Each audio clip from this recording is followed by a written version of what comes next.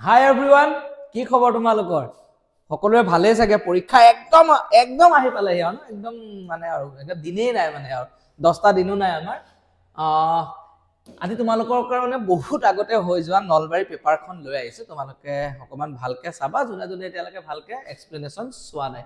দেৰি নকৰি কুৱেশ্যনছবিলাক আৰম্ভ কৰোঁ। কি দি থোৱা আছে? আণ্ডাৰ স্কুৱেৰ 0.25, এইটো কিউব ৰুট দিয়া আছে 0.027, এপিনে দিয়া আছে ফ'ৰ্থত দিয়া আছে 0.0001ৰ মান হ'ব। কিমান মান হ'ব? ঠিক আছে নাই? এই ধৰণৰ কুৱেশ্যনছবিলাক আমাৰ কৰিবলৈ কিছুমান ষ্টুডেণ্টে সাধাৰণতে অকণমান অসুবিধাৰ সন্মুখীন হয়। মই কোৱা নাই যে সকলোখিনি অসুবিধাৰ সন্মুখীন হয়। ঠিক আছে, তোমালোকে ভালকৈ শুনি লোৱা, তাৰপিছত তোমালোকে মেথছটো কৰিব পাৰিবা। আচ্ছা, এইডাল যদি মই ৰিমুভ কৰি দিওঁ তেতিয়া পাৱাৰত কি আহি যায়? হাফ আহি যায়। এতিয়া 0.25 আছে, তো তাৰ ওপৰত হাফ আহি যাব। ঠিক আছে, এতিয়া এইটো যদি মই উঠাই দিওঁ, কাৰণ ইয়াৰ ভিতৰত এইটো কি সংখ্যা আছে? 3 আছে। তো এইটো যদি মই ৰিমুভ কৰি দিওঁ কি হৈ যাব? 0.027 টু দি পাৱাৰ কি আহি যাব? 1/3 প্লাছ এইটো ইয়াৰ ভিতৰত কি আছে? 4 আহি আছে। তো এইটো ৰেচিপ্ৰকেল হৈ যায়। একচুৱেলি ভিতৰত থকা সংখ্যাটো ৰেচিপ্ৰকেল হৈ যায়। তো দ্যাট মিনছ 0.0001, তো ৰিমুভ কৰি দিলে কি যাব? টু দি পাৱাৰ কি যাব? 1/4। এতিয়া তুমি যদি জানে এইটো ধৰ 0.5 আহিব, 0.5 হোল স্কুৱেৰ, বা তেনেকুৱা যদি তুমি নাজানা কি হ'ব কৰিবৰ কাৰণে, একদম চিম্পুল চা মেথছটো কৰিবা। ঠিক আছে, কেনেকৈ কৰিবা চোৱা। 0.25 আছে যে, তো 0.2 উঠাই দিয়া, 25 ডিভাইডেড বাই কি হৈ যাব? 100 হ'ব। ইমানখিনিতো আমি কৰিব পাৰিম, কাৰণ পইণ্টৰ কাৰণে 1, পইণ্টৰ পিছত যিমানটা ঘৰ আছে কিমানটা শূন্য। এইটোতো আমি পইণ্টটো উঠাই দিলোঁ, পইণ্টটো উঠাই দিলে কি যাব? 27, পইণ্টৰ কাৰণে 1, পইণ্টৰ পিছত 3 ঘৰ আছে, তো 3টা শূন্য, 1/3। এইটো আমি পইণ্টটো উঠাই দিলোঁ, পইণ্টটো উঠাই দিয়াৰ লগে লগে সন্মুখত শূন্য থাকি গ'ল। তো সন্মুখত শূন্যটো আমি কেতিয়াও লিখিব নোৱাৰোঁ, সেইটো কি গ'ল? 1। আৰু পইণ্টৰ কাৰণে 1, পইণ্টৰ পিছত কিমানটা ঘৰ আছে? 4টা, তো 4টা শূন্য, তো টু দি পাৱাৰ 1/4। এতিয়া চোৱা, তো ইয়াৰ পিছৰ শাৰীটো কি হৈ যাব? চোৱা, 25 মানে কি যাব? 5 স্কুৱেৰ, আৰু 10 মানে কি হৈ যাব? 10 স্কুৱেৰ, তো হোল টু দি পাৱাৰ 1/2। 27 মানে কি হৈ যাব? 3 কিউব, এইটোতো জানোই। 1000 মানে কি হৈ যাব? 10 কিউব, কি আছে পাৱাৰত? 1/3 প্লাছ 1টোক আমি কি লিখিব পাৰোঁ? 1টো বাদ দিয়া বাৰু। ইয়াত চোৱা, ইয়াত আছে 10,000, 1 2 3 4, তুমি আমি কি লিখিব পাৰোঁ? 10 টু দি পাৱাৰ 4, আৰু 1টো 1 টু দি পাৱাৰ 4 এনেকৈ লিখিব পাৰোঁ, কাৰণ 1 আছে মানে 1 টু দি পাৱাৰ 4 একে কথাই, কাৰণ 1 টু দি পাৱাৰ 4 কৰিলেও আনচাৰটো কি যাব? 1 হ'ব। এতিয়া চোৱাচোন, ইয়াতো 5 স্কুৱেৰ, ইয়াতো 10 স্কুৱেৰ, মানে পাৱাৰটো সমান আছে নাই? সেইটো কাৰণে 5/10 হোল টু দি পাৱাৰ 2 লিখিব পাৰিম। তো আল্টিমেটলি আকৌ পাৱাৰ ওপৰত কি আছিলে? 1/2 আছিলে। ইয়াত 3 cube by 10 cube, that means কি যাব? 3/10 হোল কিউব, এগেইন ওপৰত পাৱাৰ কি আছিলে? 1/3 আছিলে। হ'ল 1 to the power 4 divided by 10 to the power 4, স্ক্ৰীনখন আহি আছে নে? আহি আছে তলত, অ'কে। তো 1/10 হোল টু দি পাৱাৰ কি যাব? 4, কাৰণ পাৱাৰটো 4 আছিলে। এগেইন পাৱাৰ কি আছে? 1/4 আহিছে নে বাৰু এইটোলৈকে? অ'কে, আহিছে। এতিয়া 2 2 কেনচেল, 3 3 কেনচেল, 4 4 কেনচেল, তো কি থাকি গ'ল? 5/10। 5/10 মানে কি যাব? 0.5। ইয়াত কি থাকি গ'ল? 3/10, কাৰণ 3 3 কেনচেল, দ্যাট মিনছ কি থাকি গ'ল? 0.3। ঠিক আছিলে, প্লাছ কি থাকি গ'ল? পইণ্ট কি থাকি গ'ল? 1/10 থাকিলে 0.1, দ্যাট মিনছ 0.5 0.3, চবতে পইণ্টৰ পিছত এটা এটা ঘড়ী আছে, সেইকাৰণে 0.2 দি 5 3 8, 8 1 কি হৈ যাব? 9। গতিকে আনচাৰত খুব বেছি 0.9 থাকিব। এইটো হৈ গ'ল আনচাৰ। ঠিক আছে, নেক্সট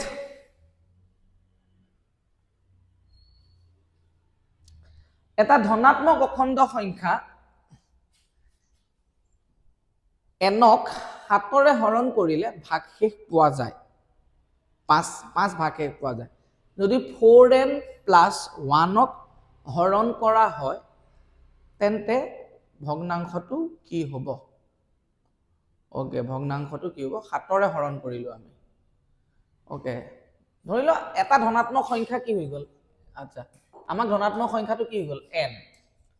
তো এই সংখ্যাটো ইনে নৰ্মেল পাৰ্সপেক্টিভৰ পৰা ভাবাচোন তুমি এনেকা 7 7ক যদি মই 3 ৰে হৰণ কৰো তো 3 দুগুণ 6 কি গ'ল 1 গতিকে 7 ইকুৱেল টু মই কি লিখিব পাৰো 3 into 2 প্লাস কি হৈ যাব 1 এই যোনটো সংখ্যা হ'ব ন ধনাত্মক অখণ্ড সংখ্যাটো মই কি দিলো n nক মই 7 ৰে হৰণ কৰিলো 7 ৰে এ যেনেকা 3 ৰে হৰণ কৰোতে 7ক 3 হৰণ কৰি 3 দুগুণ তো মই এই n সংখ্যাটো 7 ৰে হৰণ কৰিছিলো তো মোৰ ভাগফল কিবা এটা থাকিব ন এই ভাগফলটো মই ইনে ধৰি লৈছো k ঠিক আছে 7 পূৰণ k কিবা এটা ভাগফল হ'ব ন n to n এটো n nক যদি মই 7 ৰে হৰণ কৰো তো কিবা এটা থাকিব ন প্লাস কি হৈ গ'ল ভাগ কিমান হৈ গ'ল 5 হল that means this is my n এটা আমাক কিহে হৰণ কৰিবলৈ কৈছে কোৱাচোন এই 4n + 1 ক 7 ৰে হৰণ কৰিবলৈ দিছে তা n ৰ ভ্যালুটো আমি পাই গ'ল এতিয়া সংখ্যাটো উলিয়াই লোৱা 4n + 1 equal to so n ৰ জায়গাত কি হৈ যাব 4 n ৰ জায়গাত কাটি দিলো কি গ'ল 7k + 5 n ৰ জায়গাত n মানে এটো পাইছিলো ন এটো একদম ক্লিয়াৰলি বুজি পাছা না কাৰণ মই এটা এক্সাম্পল দি লিখি দিছো মানে 9 ক যদি মই 4 ৰে হৰণ কৰো 4 দুগুণ 8 এক থাকিলে তো এটো হৰণ 9 তো 9 ইকুৱেল টু মই 4 ৰে হৰণ কৰিছিলো মই ভাগফল কি পাইছিলো 2 আৰু যোগ কি গ'ল 1 যে মই nক মই 7 ৰে হৰণ কৰিছো বুলি দিছিলে কিন্তু ভাগফলটো দিয়া নাই কাৰণ ভাগফল যেটো আমি নাজানো আমি কি ধৰিম চলক এটা তো 7k মানে k ধৰা 7 * k এটো যেনেকৈ 4 দুগুণ 3 দুগুণ প্লাস ভাগ কেটো দিটো আছিল 5 এটা n ৰ মানটো হৈ গলে তো মানে তো কাৰণে n ৰ জায়গাত 4n + 1 ক কাটি দিলো বাস সিম্পল একদম একো কৰা নাই হল এটা তুমি চোৱা 4 7 গুণ কি হৈ গ'ল 28k প্লাস 4 5 গুণ কি হৈ গ'ল 20 প্লাস কি হৈ গ'ল 1 এটা 4 8 গুণ 28 প্লাস কি হৈ গ'ল 20 প্লাস 20 প্লাস 1 কি হৈ গ'ল 21 তুমি জিয়ে জিনক আমি গোটে সংখ্যাটো এই যোনটো সংখ্যাটো হেটো 7 ৰে হৰণ কৰিব লাগে তুমি যদি 7 টো কমন লৈ লো কি থাকিব 4k প্লাস কি হৈ গ'ল 3 তো জিয়ে জি নহওক কিয় ইয়াত k এর ভ্যালুটো যিমানে জি না হওক k এর ভ্যালু 1 হওক 2 হওক 3 হওক পজিটিভ নাম্বাৰ আহিব হেতু কি হৈ যাব 7 ৰ কি হ'ব 7 পূৰণ হ'ব নে নহয় ইয়াত তুমি চোৱা k ভ্যালু জিয়ে নিদিয়া কিয় k ভ্যালু 2 দিলো যেনিবা তো 4 দুগুণ 8 8 3 কি হৈ গ'ল 11 k ভ্যালু যদি দি দিলো 4 দুগুণ 8 8 3 11 7 11 গুণ 77 তো হেতুটো 7 ৰে যাবই যাব মানে জিয়ে নাথাকক এই ব্ৰেকেটৰ ভিতৰত জিয়ে নাথাকক হেতু কি যাব 7 ৰ এটা কি যাব গুণিতক হ'ব আৰু 7 ৰ গুণিতকটো 7 ৰে কি যাব হৰণ যাবই যাব আৰু যদি হৰণ যায় তেন্তে ভাগকে কি হ'ব লাগিব 0 ভাগকে আচ্ছা এটা ভাগকে কি যাব 0 মই এটো চাই পেলাই আমি কলো আৰু এটো কেনেকৈ আনসাৰ আহিব ঠিক আছে বুজি পালো ন নেক্সট কোৱেশ্চন নম্বৰ 3 কি দি থোৱা আছে যদি গসাউ 420 আৰু 220 ৰ গসাউ অলৰেডি 20 বুলি দি দিছে এই দুটা সংখ্যা উলিয়াই দিছে গসাউ 20 এটা আমাক গসাউ খুদিছে 220 আৰু 420 ৰে খুদিছে আৰু এটা সংখ্যা দি দিছে খালি 660 এটা তুমি চোৱা যদি 660 টো 20 ৰে যায় কাৰণ ইহত দুটাৰ গৰিষ্ঠ উৎপাদকটো 20 এটা 660 কো যদি 20 ৰে যায় দ্যাট মিন্স তিনিটা সংখ্যাৰ গৰিষ্ঠ উৎপাদক আৰু 20 হ'ব কাৰণ ইহত দুটাৰ কাৰণেটো গৰিষ্ঠ এটোৱে হৈ আছে বুজি পাইছা নাই এটা 660 বেলেগ সংখ্যাৰো যাব ডাঙৰ সংখ্যা যেনে মই একনতে দেখাই দিলো 33 এ দেখোন যাব কিন্তু 33 এ 220 না যায় থাকে বা 420 না যায় থাকে কাইন্ড বুঝা নাই গসাও মানে গৰিষ্ঠ সংখ্যা হ'ব মানে 660 20 তে যায় না যায় যায় 0 2 ৰে তো কি গল 33 তো এটা গসাগুটো এই 20 থাকিব বুজিলো ন নেক্সট পি এটা অযুগ্ম সংখ্যা অযুগ্ম মৌলিক সংখ্যা ঠিক আছে তেন্তে p² + 1 সো মানে মৌলিক সৌলিকটো আমাৰ মতলব নাই ঠিক আছে না অযুগ্ম মৌলিকটো বাদ দিয়াম হতে অযুগ্ম সংখ্যা p টো মৌলিকটো পিছলৈ আহি গল ঠিক আছে না p টো অযুগ্ম সংখ্যা হয় নে নহয় হয় আৰু অযুগ্ম সংখ্যাৰ বৰ্গটো সদায় কি হৈ যায় অযুগ্ম হয় ঠিক আছে অযুগ্ম সংখ্যাৰ বৰ্গ সদায় অযুগ্মই হয় অযুগ্মৰ লগত তুমি যদি অযুগ্মক বৰ্গ কৰি দিয়া সদায় কি হৈ যাব অযুগ্ম আৰু তাৰ লগত যদি তুমি সদায় 1 যোগ কৰি দিয়া যিকোনো অযুগ্ম সংখ্যা এটাৰ লগত যদি তুমি 1 যোগ কৰি দিয়া হেতু কি যাব যুগ্ম হ'ব যুগ্মৰ লগত 1 যোগ কৰিলে অযুগ্ম হ'ব অযুগ্মৰ লগত 1 যোগ কৰিলে যুগ্ম হ'ব কাৰণ সংখ্যা ৰেখাডালত বা আমাৰ সংখ্যা প্ৰণালীত এটা সংখ্যা যদি অযুগ্ম পিছৰটো যুগ্ম যেনে 1 অযুগ্ম 2 যুগ্ম 3 অযুগ্ম 4 যুগ্ম 5 অযুগ্ম 6 যুগ্ম 7 অযুগ্ম 8 যুগ্ম ঠিক আছে না দ্যাট মিন্স আমি কিবা এটা সংখ্যা লৈছিলো অযুগ্ম তাক বৰ্গ কৰি দিলো অযুগ্ম হৈ গ'ল তাৰ লগত 1 প্লাস কৰি দিলো দ্যাট মিন্স পিছৰ সংখ্যাটো আহি গ'ল না তাৰ পিছৰ সংখ্যাটো কি যাব যুগ্ম আৰু যুগ্ম সংখ্যা কিহেৰে হৰণ যায় 2 ৰে হৰণ যায় কাহিনীটো বুজি পাইছো ন ওকে নেক্সট যদি x square minus 6x plus a এই বহুপদটোৰ শূন্য দুটা এটাক মই আলফা বুলি কৈছো আৰু এটাক কি বুলি ক'লো মই বিটা আৰু thrice alpha plus twice beta equal to 20 তেন্তে a এৰ মানটো হ'ব চোৱা এই বহুপদটোৰ শূন্য দুটা হৈ গ'ল আলফা প্লাস বিটা চোৱা এটা আলফাৰ মানে শূন্যৰ যদি সমষ্টি কৰো সদায় কি হৈ যাব মাইনাস b বাই তো ইকুৱেল তো মই তলে তলে লিখা না জায়গা নাই কাৰণে তো b জায়গাত কি আছে So, ইয়াতে তো মাইনাস চিন থাকে b জায়গাত আকৌ আলটিমেটলি কি আছে মাইনাস চিন তো মাইনাস মানে কি যাব প্লাস 6 ডিভাইডেড বাই 1 কোনা লিখি আৰু alpha plus beta equal to কি যাব 1 আৰু এটা কোৱেশ্চন কি দিছে twice thrice alpha plus twice beta ঠিক আছে না তো মাল্টিপ্লাই বাই মই 2 কৰি দিও এমসিকিউ সে কৰিছো ইয়াৰ লগত তো কি যাব twice alpha plus twice beta equal to 6 দুগুণ কি হৈ গ'ল 12 এটো লগত তেন্তে আমাক a এর মান খুদিছে ন ওকে ঠিক আছে a মান ওলাই যাব তো তেন্তে কাছে কি যাব শূন্য সমষ্টি কই দিয়া তেনে হয় দেখুন c by okay c a by 1 আচ্ছা আলফা বিটা ভ্যালু নেন ওকে ঠিক আছে thrice alpha plus twice beta equal to কি যাব 20 সো টুৱাইস বিটা তো সেম হৈ আছে সেম ঠাইত থাকিলে আমি সদায় মাইনাস কৰিম ইকুৱেচন দুটা আৰু মাইনাস কৰিলে এলা উল্টি যাব এটো মাইনাস যাব এটো মাইনাস এটো কি যাব minus plus twice beta minus twice beta cancel 2 alpha minus alpha মানে কি যাব মাইনাস আলফা 12 মাইনাস 20 মানে কি যাব মাইনাস 8 12 মাইনাস 20 তো মাইনাস মাইনাস ক্যান্সেল তো থাকি গল কি আলফা ইকুয়াল টু 8 এটা আলফাৰ জায়গাত যদি মই সমীকৰণ 1 আছো সমীকৰণ যদি মই আলফাৰ জায়গাত কি পাতি দিলো 8 প্লাস বিটা ইকুয়াল টু কি গল 6 then beta equal to 6 minus 8 ultimately কি যাব মাইনাস 2 মানে এটা শূন্য হৈ গল 8 আনটো শূন্য হৈ গল মাইনাস 2 এটা চোৱা শূন্যৰ পূৰণফল এইটো তো পূৰণৰ জায়গাত আছে না পূৰণৰ তো আলফা পূৰণ বিটা ইকুয়াল টু কি যায় c বাই তো 8 into minus 2 that is c জায়গাত কি আছে a আৰু a জায়গাত তো a জায়গাত কি আছে 1 1 মানে a by 1 ultimately a equal to 8 দুগুণ মাইনাস হল মাইনাস 16 a কিমান হল মাইনাস 16 যেটো আমাৰ অপচনত নাই তো গতিকে আমি এটো এৰি দিলো তেনেকে নেক্সট কোৱেশ্চন হলে আহো কি দি থোৱা আছে কাখত দেখুৱা px ax square bx c বহুপদটোৰ লেগডালৰ বাবে তলৰ কোন কেইটা উক্তি বিবেচনা কৰা বুলি কৈছে মানে ন so a is always positive a is positive a ধনাত্মক yes কাৰণ এডাল কি হৈ আছে open upward হৈ থাকিলে a is greater than 0 okay তো মানে একদম শুদ্ধ ঠিক আছে তাৰপিছত কৈছে শূন্যবোৰৰ পূৰণফল ঋণাত্মক product of the zero is negative শূন্যবোৰৰ পূৰণফল ঋণাত্মক yes এটো হয় শূন্যবোৰৰ পূৰণফলটো ঋণাত্মক এটো খাতাং হ'ব তাৰপিছত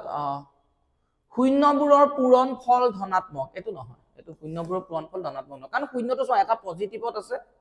আৰু এটা কোড আছে নেগেটিভত আছে এটা পজিটিভ সাইডে 0 আছে যি সংখ্যা নাথাকক এটা কি আছে নেগেটিভ সাইডে তো আলটিমেটলি ধৰ এটো প্লাস টি আছিল এটো মাইনাস টো আছিল তো প্লাস টি মাইনাস টো কি যাব 6 হ'ব শূন্য কেটা পূৰণফল কেতিয়াও ধনাত্মক নহয় আচ্ছা কথা শূন্যবোৰ সমান নহয় কাৰণ দুটা ডিফাৰেন্ট 0 পাইছো না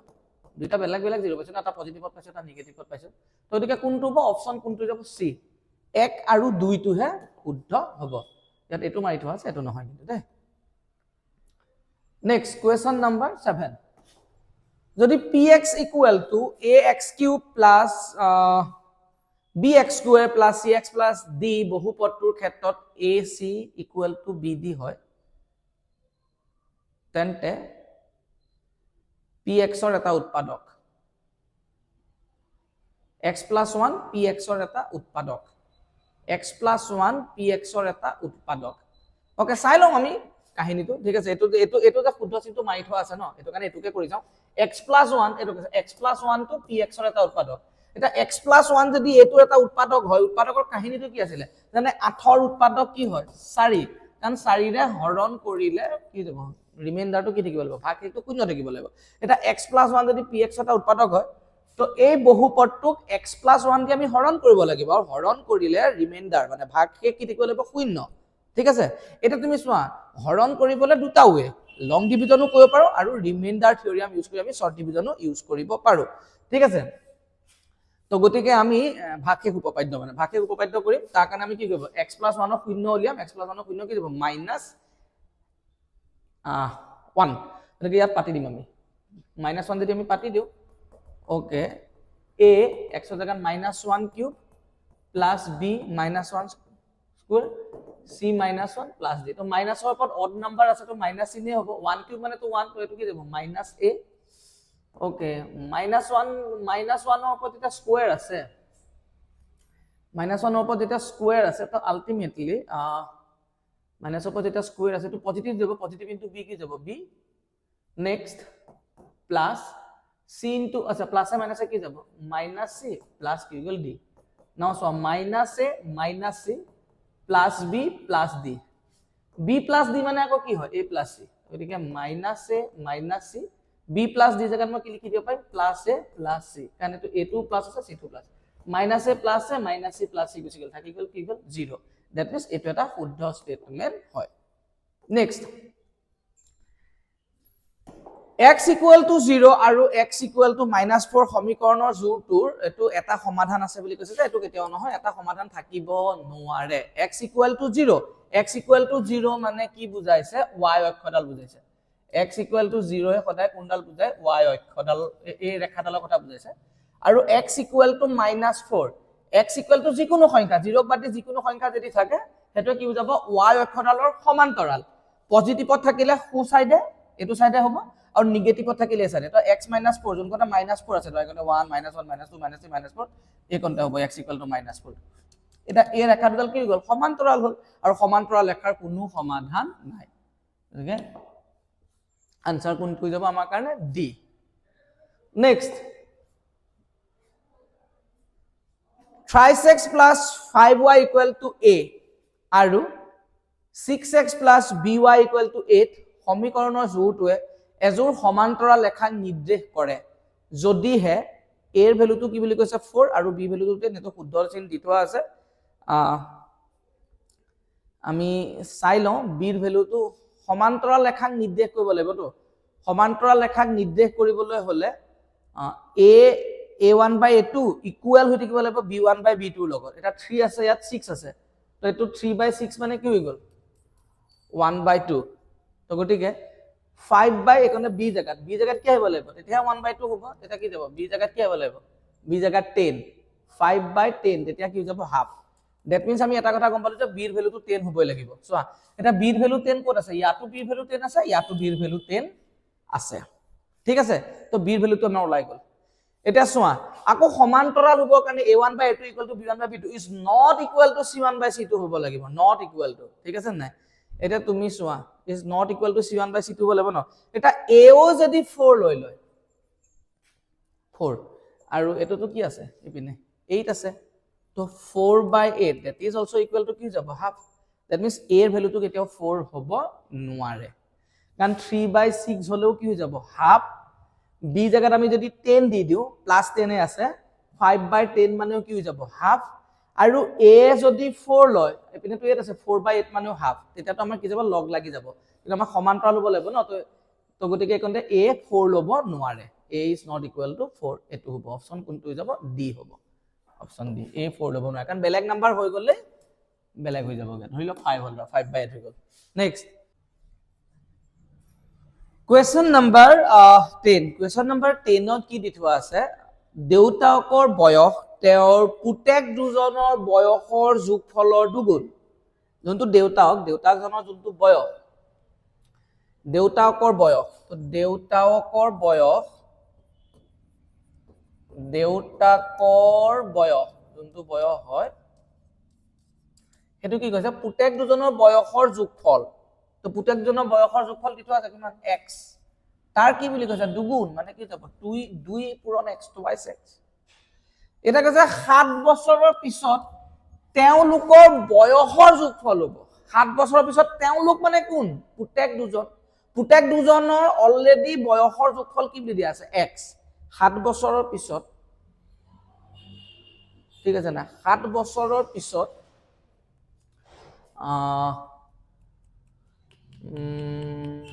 7 বছৰৰ পিছত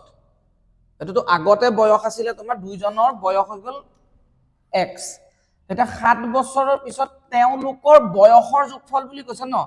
এজনৰ 7 বছৰ বাঢ়িব ইজনৰ 7 বছৰ বাঢ়িব তো 7 7 কিমান হৈ গল 14 বছৰ ঠিক আছে না বুজি পাইছা ন মানে বয়স দুজন পুতেক দুজনৰ বয়সৰ যোগফল কিমান হৈ গল x বছৰ মানে নহয় 7 বছৰৰ পিছত তেওঁলোকৰ বয়স কিমান হ'ব x + 7 তো কেতিয়াও হ'ব নোৱাৰে ন x + কিমান হ'ব লাগিব 14 হ'ব লাগিব কাৰণ 7 বছৰ যে মই চোৱা মোৰ আৰু মোৰ ভাইটিৰ বয়সৰ যোগফল যেনিবা 35 বছৰ দুইটা মিলি পেলাই জাস্ট মই কথাটো কৈছো নে বা 40 বছৰ ধৰি লোৱা মোৰ আৰু মোৰ ভাইটিৰ বয়সৰ যোগফল 40 বছৰ এটা 5 বছৰৰ পিছত যদি 40 বছৰ না ধৰি লোৱা মোৰ আৰু ভাইটিৰ বয়স কিমান 40 বছৰ মোৰ 25 মোৰ ভাইটিৰ 15 ইনা জাস্ট কথাটো কৈ দিছো ঠিক আছে মোৰ 25 তকৈ বেছি বাৰু ঠিক আছে তো 25 আৰু এপিনে মোৰ ভাইটি হৈ গল 15 ঠিক আছে না এটা 5 বছৰৰ পিছত কি 45 হ'ব নেকি আমাৰ দুইটাৰে যোগফল obviously নহয় কাৰণ মোৰ 25 পৰা কিমান হৈ যাব 5 বছৰ হৈ গলে 30 আৰু ভাইটিৰ 15 ৰ পৰা 5 বছৰৰ পিছত কি হৈ যাব 20 তো 20 30 কিমান হৈ গল 50 ন তো কাহিনী সেইটোৱে মানে তো দুজন পুতেক দুজনৰ বয়স আছিল x 7 বছৰৰ পিছত বুলি কৈ দিলে লগে x + 14 তেওঁলোক বুলি কৈছিলে ন বাপেকজনটো আছে তো বাপেকজনৰ বয়স কিমান হৈ গল twice x আৰু তেখেতৰো 7 বছৰ বাঢ়িব x তো x + twice x কি যাব thrice x 14 + 7 কি যাব 21 c is the answer ঠিক আছে 14 + 7 তলৰ কোনটো দ্বিঘাত সমীকৰণ নহয় এটো চোৱা x + 1 হোল স্কয়াৰ কৰিলে ইয়াত x স্কয়াৰ আহিব এনেকা কোৱেশ্চনছ বহুত কৰি দিছো এটো কাৰণে নকৰো আৰু এক্সপ্লেইন কৰি নাথাকো ইয়াত twice x আহিব ঠিকই আছে x স্কয়াৰটো কটাকটি যোৱা নাই ইয়াত x * twice x কি যাব twice x স্কয়াৰ আহিব x * twice x কৰিলে twice x square x * x x square এপিনেও গুছিলে twice x x স্কয়াৰ পাই এটা x স্কয়াৰ গুছি গলে x স্কয়াৰ থাকি যাব ইয়াত আহি গল x কিউব আৰু x - 1 হোল কিউব তাতো x কিউব আহিব আৰু এই x কিউব আৰু x কিউব টো কি গল কেনসেল গুছি যাব থাকি যাব x স্কয়াৰ মানে সব দ্বিঘাত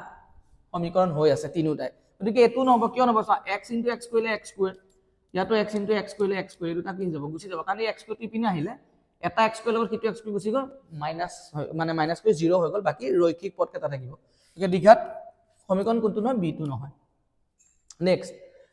যদি x + 1/x = 2 হয় তেন্তে x/2 মান কিমান হ'ব চাই লওক কোৱেশ্চনটো চোৱা x + 1/x = 2 গতিকে আমি যদি এলসিএম ল x এ হ'ব তো ইয়াৰ তলত এটা একো নাই তো গতিকে দুইটা মাল্টিপ্লাই কৰিব পাৰা x * x কি যাব x স্কয়াৰ আৰু যেটো x আৰু x একে আছে তো x ৰ x ডিভাইড কৰিলে 1 1 * 1 1 ইমান লজিক লগাই থাকিব নালাগে আৰু থাকি গল কি 2 নাও x স্কয়াৰ + 1 x * 2 কি যাব twice x নাও x স্কয়াৰ twice x টো ইপিনে গৈছিলে minus twice x plus 1 equal to 0 তুমি যদি এটা বুজি পাইছা তো চোৱাচোন x square minus 2 into x into কি যাব 1 plus 1 square equal to 0 ultimately কি গল a square minus twice b plus b square it means a minus b whole square equal to 0 তো x minus 1 a square টো ইপিনে গলে কি যাব 0 square to 0 then ultimately x ৰ ভ্যালুটো কি যাব 1 এটা আমাক কাৰ মান খুদিছে x/2 x ৰ জায়গাত কি যাব 1/2 1/2 মানে কি যাব 0.5 ঠিক আছে next twice x square minus kx plus k সমীকৰণৰ মূলবোৰ যদি সমান হয় তেন্তে k এৰ মান ঠিক আছে মূলবোৰ সমান হ'ব লাগিব সমীকৰণটোৰ মূলবোৰ সমান হলে সদায় কি হৈ যায় b square minus 4ac that is equal to 0 তো b জায়গাত কি আছে minus k whole square minus 4 into a জায়গাত কি আছে 2 আৰু c জায়গাত কি আছে k equal to 0 তো মাইনাস কি যাব k square minus 8k equal to কি যাব 0 এটা k কমন ললে তো k minus 8 equal to 0 ভুলটো এই কামটো নকৰিবা দেই k square equal to minus 8k টো পিনে গুছি গলে plus 8k তো ইয়াত এটা k ইয়াত দুটা k এনেকে গুছি গল দেন k equal to কি যাব 8 ওলাই গল কোবাৰ একদম c মাৰি দিলা বলে কি যাব শুদ্ধ হ'ব না নহয় ভুল কাৰণ দ্বিঘাত সমীকৰণ কৰি আছা মনত ৰাখিবা ঠিক আছে নাই তো গতিকে x k টো কমন ললো k - 8 তো ইয়াৰ মতলব কি গল k ভ্যালুটো কি যাব পাৰে 0 and k - 8 is 0 হ'ব পাৰে তো k - 8 টো কিনে গৈছে গলা +8 ঠিক আছে d ভ্যালুটো কোনটো যাব d তলত দিয়া এপিটোৰ বাবে উক্তি দুটা বিবেচনা কৰা তলত দিয়া এপিটোৰ বাবে উক্তি দুটা বিবেচনা কৰা 5 11 17 23 ওকে এপিটোৰ এটা পদ 301 বোলে এপিটোৰ এটা পদ 301 এপিটোৰ কোনবা এটা পদ 301 যদি 300 হয় ঠিক আছে না কোনটো পদ হ'ব nতম পদ obviously a plus n minus 1 into d equal to 301 okay now গটিকে আমি কি কৰিম এই জায়গাত কি কৰিম 5 plus n minus 1 into d d মানে কি হ'ল 6 equal to 301 then আচ্ছা মই এটা শর্ট ট্রিক শিকাইছিলো তোমালোক মনত আছে নে এটো হয় নে নহয় চাবৰ কাৰণে 301 পৰা 5 টো মাইনাস কৰি দিব লাগিব প্ৰথম পদটো ইমান কৰি নাথাকিবৰ কাৰণে 5 মাইনাস কৰি দিল 11 পৰা 5 গল থাকিল আগৰ কোনবাখন পেপাৰত পঢ়িছিলো আৰু 11 পৰা 5 গল থাকিল 6 তো 9 296 और ताक आमी डिवाइड কৰি দিবলৈ কৈছিল কিহেদি ডিভাইড কৰিবলৈ কৈছিল সিহঁতৰ ডিফাৰেন্সটো তো ডিফাৰেন্সটো কিমান আছে 6 এতিকা 6 4 গুণ 24 আৰু 6 4 গুণ 24 6 4 গুণ 24 তাৰপিছত থাকি গল কিমান হৈ গল 5 56 6 গুণ 48 6 9 গুণ 54 6 9 গুণ 54 হে হয় কিনা 56 আছে গতিকে ৰন না যায় দ্যাট মিন্স এটো এটা পদ নহয় এটো এটা পদ নহয় তুমি চাবও পাৰা n - 1 ইনটু ইমান কি নকৰাতেনো হয় একে কথা আমি অকন শৰ্ট ট্ৰিক কৰি দিছিলো খালি মানে এটোৰ লগত এটো মাইনাস কৰি দিবলৈ কৈছিলো তো 310 পৰা 5 মাইনাস কৰি দিলে কি যাব 296 হৈ গল আৰু n - 1 ইনটু 6 6 এদি হৰণে না যায় হৰণ নকৰাতেনো 9 2 2 ৰে তো যায় 9 6 15 2 17 হৈ আছে 9 6 15 2 17 3 না যায় দ্যাট মিন্স কি 6 ৰে না যাব এনেকৈ কৰিব পাৰো আমি তাতে কৈছে যে 301 ৰ লগত 4 যোগ কৰিলে এপিটোৰ এটা পদ হ'ব 301 ৰ লগত আমি যদি 301 ৰ লগত 4 যোগ কৰো 301 প্লাস 4 মানে দ্যাট মিন্স কি যাব 305 দা 300 যদি 5 হয় এপিটোৰ এটা পদ হ'ব 301 ৰ লগত যদি 5 কৰো 4 যোগ কৰো यस হৈ যাব জান সংখ্যাটো কি হল 301 ৰ লগত 4 যোগ কৰিলে 305 মই শর্ট ট্রিক কৈছিলো তিন সংখ্যাটো কি গল 305 তো তাপা মই কি মাইনাস কৰিম প্ৰথম পদটো মাইনাস কৰিবলৈ কৈছিলো 5 তো থাকি গল কি 300 আৰু 300 কি দি যাব ইহঁতৰ ডিফাৰেন্সটো d টো লিয়া ললে 6 300 6 ৰে হৰণ যায় তো গতিকে পদটো হ'ব তুমি কিউ শুদ্ধ এটো p is incorrect q is correct এটো অপচন কোন যাব d বাকি কৰ বেছি ইমান কৈ থাকিব নালাগে আৰু এপি ডাইৰেক্ট ফৰ্মুলা কৰি মেলি আন এমসিকিউ যে কৰি আছো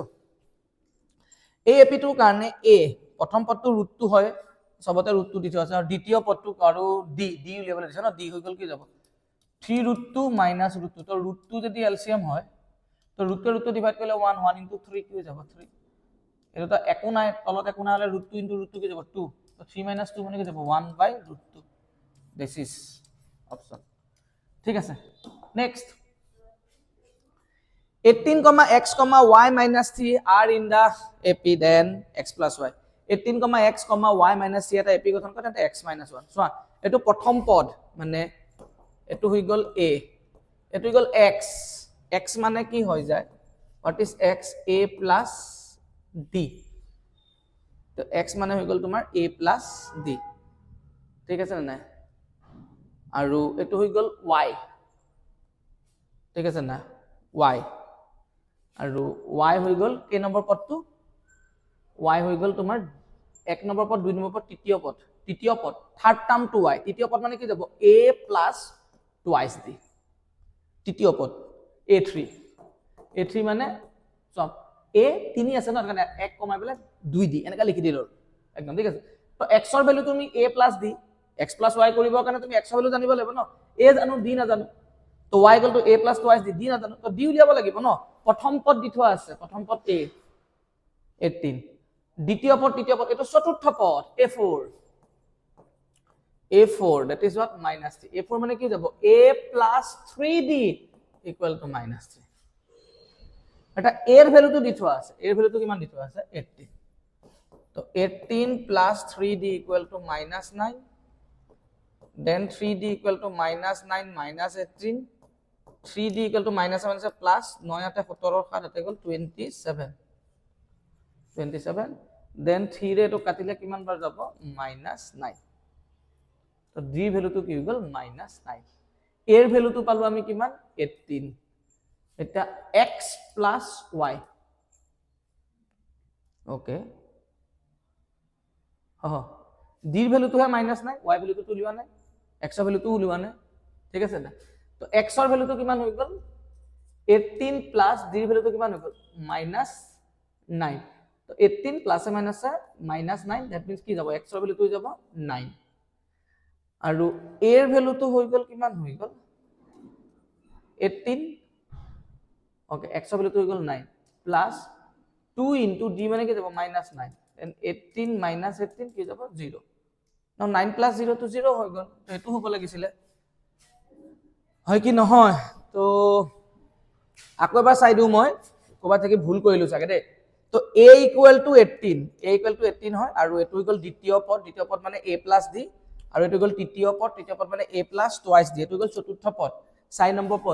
পদ মানে কি যাব a plus twice d equal to 9 আচ্ছা 3 আছিল 3 minus 3 আছিল তো minus 3 a4 equal to minus 3 দেখিছা ন এটো minus 3 তো মই কটা minus 3 a plus 3 d then a 18 a জায়গাটো তো 18 then এটো equal minus 3 minus q equal 18 now 3d equal to 18 to ইপিনা গুছি গলে minus 3 minus 18 কিমান হৈ গল minus 21 minus 3 minus 18 ঠিক আছে minus 3 আছিল then d equal to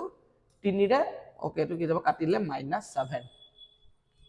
তো d এর ভ্যালু তো হৈ গল minus 7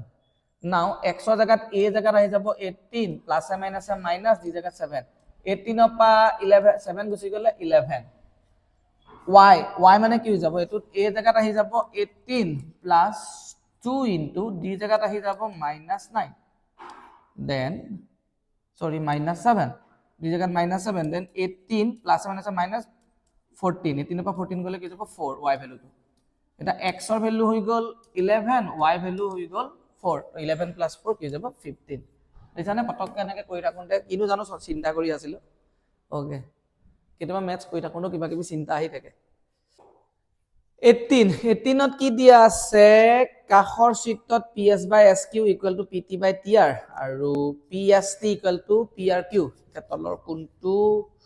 উক্তি বিবেচনা কৰা সমবাহুটো নহয় আৰু সমদ্বি বাহুতে হ'ব আৰু ঠিক আছে না ঠিক আছে বাৰু চাই লচোন কোৱেশ্চনটো কি দিয়া আছে ps/sq ইকুয়াল টু কি দি থোৱা আছে pt/tr এটা ps/sq আৰু pt/tr যদি হয় then converse of bpt basic proportion থিওৰামৰ কনভাৰ্স টু মানে ঠিক আছে না নাই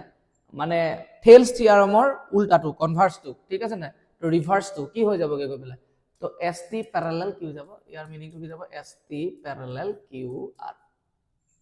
এটা st প্যাৰালাল যেটা qr হয় আৰু এটা বস্তু কি দি থোৱা আছে চোৱাচোন তো দ্যাট মিন্স a ডাল আৰু a ডাল প্যাৰালাল তো যেটা এডাল প্যাৰালাল হলে এই সমান্তৰাল ৰেখাডাল প্যাৰালাল তো ইহতক যেটা কোনোবাই যদি কানেক্ট কৰি থাকে এনেকে জয়েন কৰি থাকে তেন সেডালৰ নাম কি হৈ যায় তিৰ্যক এটা অনুৰূপ মানে একে ৰূপ অনুৰূপ মানে একে ৰূপৰ কোণ মানে সমান তিৰ্যকৰ একে পিনে দেখাত একে এটো যা PST এনেকে গৈছে এংগল PST এটো আকৌ দেখাত একে ইডাল সমান্তৰাল চোৱা এডাল তিৰ্যকডাল এটো এনেকে আহি গল এটো এনেকে আহিলে তো ইকুৱেল টু কি যাব PQR PQR ঠিক আছে না নাই এতিয়া তুমি চোৱা আকৌ PST মানে তো এটো দি থোৱা আছে PST মানে PRQ দি থোৱা আছে PST মানে PQR দি থোৱা আছে that means angle PRQ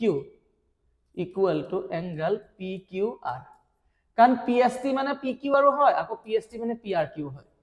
তো PST মানে যদি PRQ হয় PST মানে যদি PQR হয় that means PRQ আৰু PQR একে এটো ইকুয়াল PRQ angle আৰু এটো ইকুয়াল PQR angle হল মই কালাৰটো চেঞ্জ কৰি দিছো ঠিক আছে তো এই এংগলটো হৈ গল PQR আৰু এইটো এংগল হৈ গ'ল পি আৰ কিউ ডাঙৰ ত্ৰিভুজটোত চোৱা ডাঙৰ ত্ৰিভুজটোত তো পি কিউ আৰ এ ডাঙৰ ত্ৰিভুজটোত এই এংগলটো আৰু এইটো এংগল ইকুৱেল সৰু এই ভিতৰৰ ত্ৰিভুজটো বাদ দিয়া এটা যেতিয়া বাহু সমান হৈ থাকে ক্লাছ 9ত শিকিছিলো সৰি কোণ যেতিয়া সমান হৈ থাকে কোণৰ বিপৰীত বাহুডাল দ্যাট মিন্স পি আৰ ডাল দ্যাট ইজ ইকুৱেল টু এইটো কোণৰ বিপৰীত বাহুডাল কোনডাল যাব পি কিউ এটা পি আৰ আৰু পি কিউ যদি একে হয় সমান হৈ থাকে সমান ঠিক আছে কোণ সমান হলে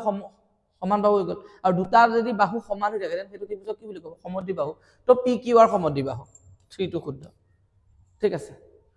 নেক্সট আচ্ছা পি আৰ কিউ আৰু পি কিউ আৰ টো একে হল তো পি আৰ কিউ মানে কি হয় পি কিউ আৰ মানে কি হয় এংগল পি কিউ আৰ মানে হৈ গ'ল এংগল ওকে আচ্ছা এইটো চোৱা পি কিউ আৰ মানে এইটো চোৱা এইটো হৈ গ'ল পি আৰ কিউ এইটো হৈ গ'ল পি আৰ কিউ আৰু দিস ইজ ইকুৱেল টু কি হৈ যাব চোৱা এ ৰেখাডাল এই দুটা ৰেখাটো সমান্তৰাল হৈ আছিল ন ঠিক আছে আকৌ বেলেগ এটা কালাৰ দেখুৱাই দিওঁ মানে ঠিক আছে না কোনডাল কালাৰ দেখুৱাও ব্ল্যাক ওকে এই ৰেখা দুডাল সমান্তৰাল হয় ই কানেক্ট কৰি আহিছে দুইটাকে সংযোগ কৰিছে মানে কি কৰিছে তিৰ্যক এতিয়া তিৰ্যক আৰু সমান্তৰাল ৰেখা এই এংগলটো তিৰ্যক আৰু ইডাল সমান্তৰাল ৰেখা এইটো একে হয়নে নহয় এনেকে আহিছে এইটো এনেকে একে দেখিবলৈ একে অনুৰূপ তিৰ্যকৰ একে পিনে দ্যাট মিন্স এংগল এইটো কি গ'ল এংগল PTS এইটো গ'ল PTS that is equal to কি যাব এংগল PRQ এটা PRQ মানে PST হয় আৰু PRQ মানে PTS হয় মানে PST that is equal to angle PTS so PRQ মানে PST হল PRQ মানে PTS হয় তো এটো এংগল আৰু এটো এংগল সমান এই দুটা এংগল সমান এই দুটা সমান যদি ইয়াৰ বিপৰীত বাহু এই ত্ৰিভুজটো চাবা এটা এই ত্ৰিভুজটো বাকিটো বাদ দিয়া ডাঙৰ ত্ৰিভুজ এই ত্ৰিভুজটো এটো এংগল আৰু এটো এংগল সমান তেনে ইয়াৰ বিপৰীত বাহু হৈ গ'ল তোমাৰ PT আৰু এটো কোনৰ বিপৰীত বাহু হৈ গ'ল PS তো আলটিমেটলি এই ত্ৰিভুজটো কি গ'ল সমদ্বিবাহু তো PST সমদ্বিবাহু কোনটো হ'ব 2 PST সমদ্বিবাহু আৰু কোনটো পালো আমি PQR না PQR সমদ্বিবাহু 2 আৰু 4 ক'ত আছে 2 আৰু 4 এইটো হয় না PQR সমদ্বিবাহু আৰু PST সমদ্বিবাহু ওকে 2 আৰু 4 নেক্সট কোৱেশ্চন নম্বৰ 19 ওকে -3 4 বিন্দুটোৰ পৰা x অক্ষত নিম্নতম দূৰত্বত থকা বিন্দুটো হল আচ্ছা এটো তো মূল বিন্দুৰ পৰা আমাৰ কি হৈ যায় যোনটো x আৰু y তাক স্কয়াৰ কৰিব লাগে -3 স্কয়াৰ এটো শুদ্ধ আনসাৰ বাৰু ভাবি এটো 4 স্কয়াৰ -3 স্কয়াৰ মানে কি যাব 9 + 16 √25 = কি যাব 5 এটো তো এটো শুদ্ধ আনসাৰ বাকি এটো 4 -3 4 কি 4 + 3 7 ৰ স্কয়াৰ এটো তো চোৱা এটো গুছি এটো পাৰ্ট কৰাই নাই 0 - 4 হয়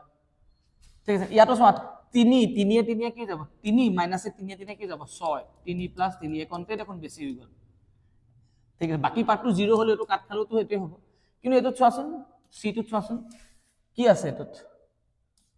-3 এবিনে কি আছে -3 তো মাইনাস মানে কি হৈ যাব +3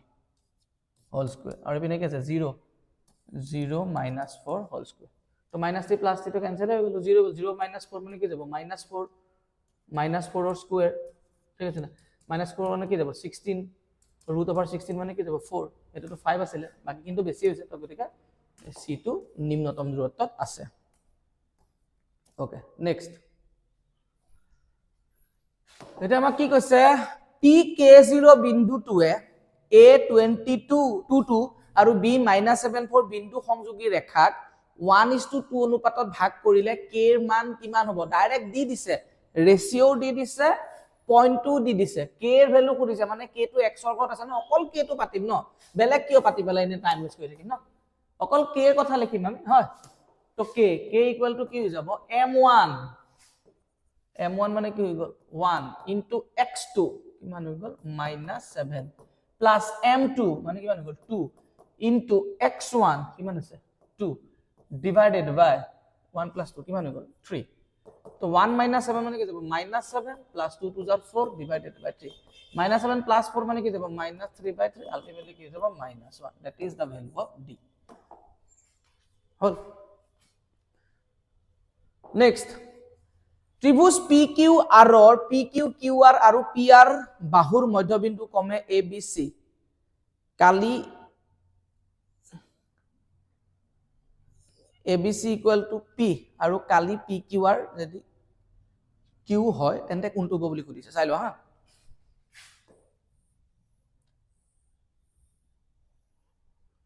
হলে ওকে ঠিক আছে ওকে এটা চা ত্ৰিভুজ পি কিউ আৰৰ ধৰি লোৱা ত্ৰিভুজ হৈ গ'ল পি কিউ আৰ তো ইয়াৰ পি কিউ বাহুৰ মধ্যবিন্দু হৈ গ'ল এ কিউ আৰ বাহুৰ মধ্যবিন্দু হৈ গ'ল বি আৰু পি আৰ বাহুৰ মধ্যবিন্দু হৈ গ'ল চি এটা মই যদি এইটো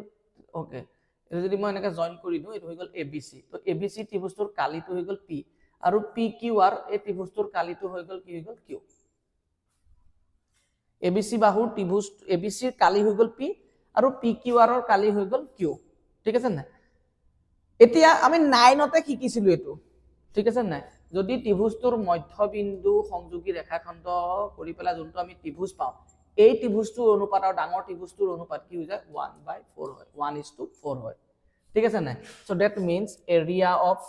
ট্ৰায়াঙ্গল ABC divided by area of triangle PQR equal to 1:4 ঠিক আছে না এটা আমি 9তে শিকিছিল এটা ABC এরিয়া কি হয় P আৰু PQR এরিয়া কি হৈ গ'ল Q equal to 1:4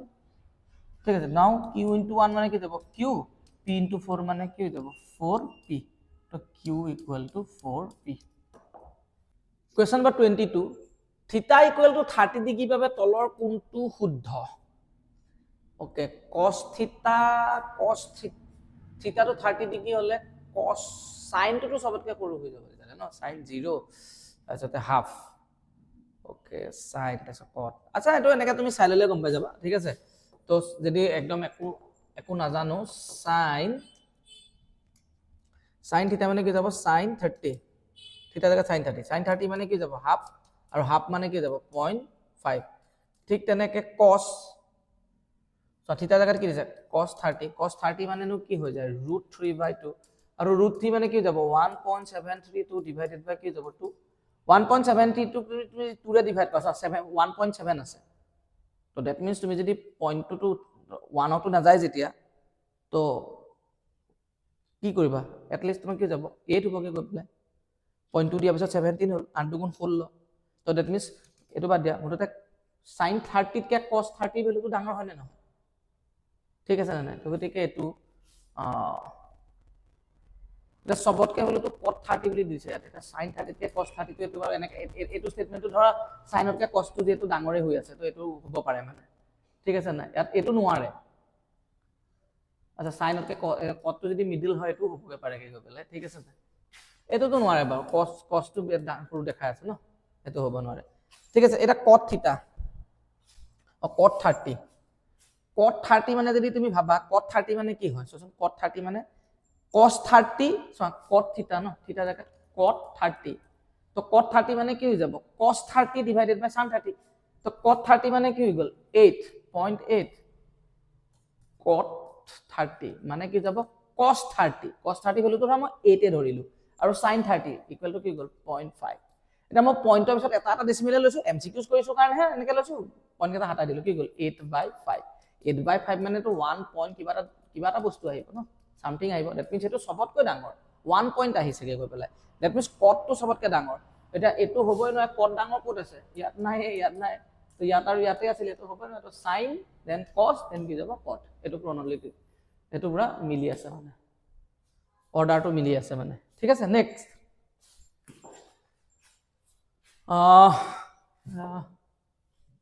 নেক্সট কি দিটো আছে যদি √2 sin θ ইকুৱেল টু 1 তো কি হৈ যাবগে গবলা √2 sin θ চাই লো okay √2 sin θ equal to 1 then sin θ ভ্যালুটো কি যাব 1/√2 মানে কি যাব sin θ ইকুৱেল টু sin কি হৈ যাব 45 তো দ্যাট মিন্স থিটাৰ ভ্যালুটো কি যাব 45 কাৰণ sin θ নিব 45 এটা sec square 45 sec square 45 মানে কি যাব sec মানে কি যাব cos 45 মানে 1/√2 তাক উল্টা কৰি দিলে কি যাব √2 স্কয়াৰ আৰু cosec square 45 মানে কি যাব sin ৰ উল্টাটো sin 45 মানে 1/√2 তাৰ উল্টাটোৱে cosec নহয় জানো তো √2 হোল স্কয়াৰ তো √2 পা √2 যদি গুছি যায় তো আলটিমেটলি কি যাব 0 হয় next cosec theta equal to okay cosec theta equal to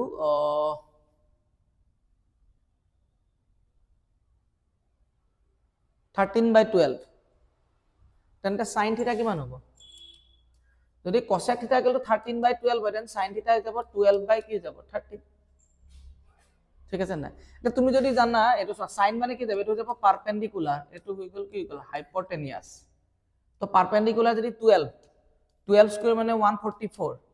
তার লগত হাইট মানে কি যাব হাইপোটেনিয়াস মানে কি 13 স্কয়ার মানে কি যাব 169 তো তার লগত কি দিব লাগিব 25 দিলে মিলিব 4% ন 4% মানে বেস তো কিমান হৈ যাব 4 হ'ব ঠিক আছে না দ্যাট মিন্স cos থিটা তো cos থিটা ইকুয়াল টু 4/13 অলপ বেলেগ টাইপত কৰাই দিছো আৰু ম্যাথছ বিলাক আৰু cosec থিটা মানে 13/12 তো উল্টাই দিলে sin থিটা পাম 12/13 sin মানে কি p/h এটো মই p ধৰি ললো এটো গল হাইপোটেনিয়াস অতিভুজ তো অতিভুজৰ স্কয়াৰ 13 ৰ স্কয়াৰ কি যাব 169 ইকুয়াল টু পারপেন্ডিকুলার স্কয়ার মানে কি যাব 12 স্কয়ার কি যাব 144 ঠিক আছে না তো তার লগত কি প্লাস কৰিব লাগিব 25 প্লাস কৰিলে 169 হ'ব ন হেখিনি ইন্টেলিজেন্স আৰু নিজৰ এতিয়া পৰীক্ষালে বহুত দিন নাই ন এটা এনেকৈ কৰিব লাগিব তো দ্যাট মিন্স আমি গম পাই গলো বেস আচ্ছা বেস 5 হ'ব মই 4 লিখি দিলো বেস 5 তো 5 equal 5 by কি যাব 13 now 2 into sin theta value to sin theta value to কিমান দিটো আছিল 12/13 minus 3 into cos theta value to কিমান হৈ গল 5/13 divided by 4 into 12/13 minus 9 into 5 by কি হৈ গল 13 হৈ গল এতিয়া তুমি চোৱা 12 দুগুণ কিমান হৈ গল 24 24/13 minus 3 5 গুণ 15/13 ঠিক আছে না না এটা 1/13 to যদি এটা উপৰখিনিকে কই ললো হা প্ৰথমতে 1/13 to যদি মই কমন লৈ লও এটা কি যাব কি 24 উপৰৰ পাছা 24 minus কি হৈ গল 15 আকৌ তলত কি আছিল 4 12 48/13 minus 9 5 গুণ 45/13 তো 1/13 to যদি কমন লও দেন কি যাব 48 minus 45 1/13 1/13 to কি হৈ গল ক্যান্সেল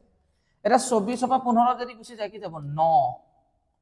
24 পৰা 15 গুছি গলে কি যাব ওকে 9 9 পাছে 14 যায় ইয়াতে গলে আৰু 48 পৰা 45 গলে কি যাব 3 এটো কাট খাই গলে আনসারটো কি যাব 3 আনসারটো 3 তো নাই আচ্ছা এটো কানে চাগে মিলা নাই বুলি লিখি থোৱা আছে না ক্যালকুলেশনস তো যদি কিবা ভুল কৰিলো না জানো মানে এনেকে কৰিবা আৰু ঠিক আছে না মই না চাও আৰু এতিয়া তো এটা বৃত্তৰ এডাল ব্যাসৰ দুই প্ৰান্তত টনা স্পৰ্শক দুডাল সমান্তৰাল এটা বৃত্তৰ এডাল ব্যাসৰ দুই প্ৰান্তত দুই টনা স্পৰ্শক দুডাল কি গল সমান্তৰাল ওকে নেক্সট দুটা ঐককেন্দ্ৰিক বৃত্তৰ ব্যাসাৰ্ধ 6 সেমি আৰু 5 সেমি ডাঙৰ ব্যাসাৰ্ধটোৰ এডাল জিয়াই সৰু বৃত্তটোক স্পৰ্শ কৰে এটা জিয়াডালৰ দৈৰ্ঘ্য এটা টেক্সট বুকৰ কোৱেশ্চনছ একচুয়ালি আমি এনেকা কোৱেশ্চন কৰিছো দুটা ঐককেন্দ্ৰিক বৃত্ত যদি হৈ আছে ঠিক আছে না নাই তো বৃত্তৰ এটো হৈ গল তোমাৰ 6 আৰু এটো তোমাক যদি দি থোৱা আছে 5 আৰু ডাঙৰ বৃত্তটোৰ এডাল যে সৰু বৃত্তটোক স্পৰ্শ কৰে এটা যে স্পৰ্শ কৰি দিলে এটাটো পাৰ হৈ না যায় হা তো এটো হৈ যাব স্পৰ্শক আৰু এটো হৈ যাব তোমাৰ স্পৰ্শ বিন্দুত এডাল হৈ যাব কি হৈ যাব এডাল হৈ যাব লম্ব তো that means 6 square equal to 5 square plus এটো ধৰা এই নিয়মত হৈ ললো এপি এনে ধৰি ললো ধৰা তো এপি স্কয়াৰ তো দ্যাট মিন্স কি যাব 36 6 স্কয়াৰ মানে কি যাব 36 5 স্কয়াৰ টু এপিনে গুছি গলে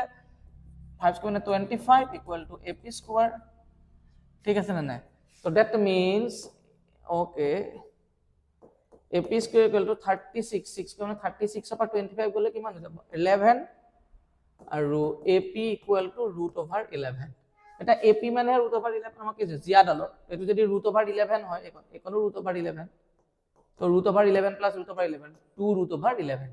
কাৰণ জিয়াৰ ওপৰত যদি লম্ব থাকে লম্বডালক সমানে দুভাগ কৰে এবিলাক ম্যাথছ এনুকা ম্যাথছ বহুত কৰাইছো এটো কাৰণে আমি